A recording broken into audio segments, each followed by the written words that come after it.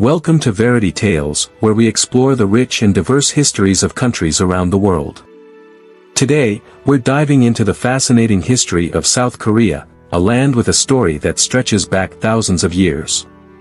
The Korean peninsula has been inhabited since the Lower Paleolithic period. According to Korean mythology, the history of Korea begins with the founding of Goguryeo in 2333 BCE by the legendary Dangun. Goguryeo, noted in early Chinese records, expanded its territory and laid the foundation for Korean civilization. In 108 BCE, Goguryeo was defeated by the Han Dynasty of China, which established four commanderies in the northern Korean peninsula. The most notable, Lelong Commandery, eventually became a trade center before being conquered by Goguryeo in 313 CE, ending Chinese control in the region.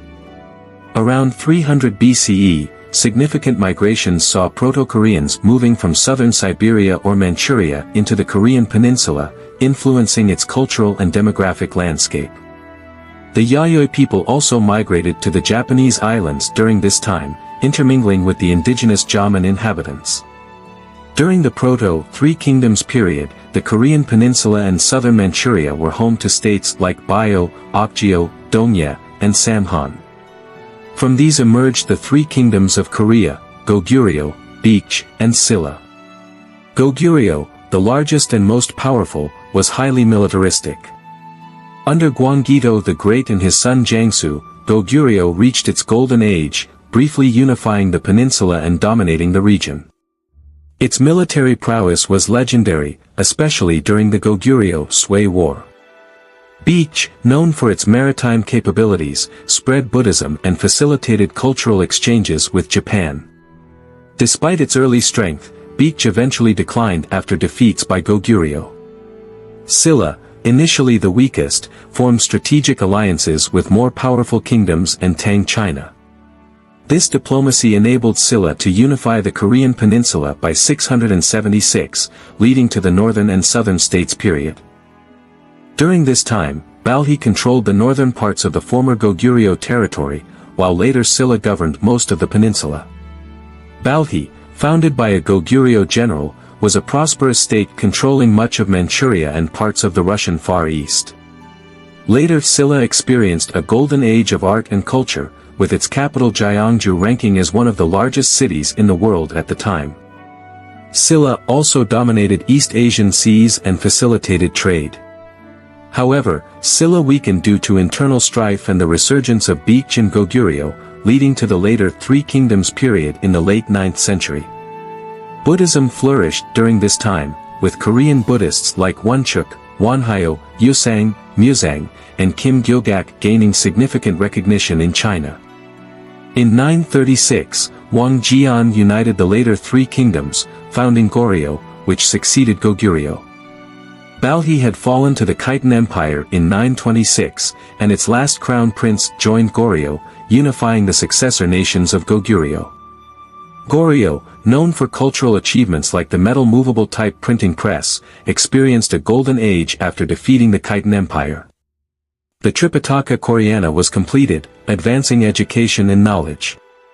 The Mongol invasions in the 13th century weakened Goryeo, which became a tributary ally of the Mongols for 86 years, with Korean kings marrying Mongol princesses. In 1392, General Yi Songji overthrew Goryeo, founding the Joseon dynasty and moving the capital to Hanseong, Seoul. The first 200 years of Joseon saw peace and advancements in science, education, and culture.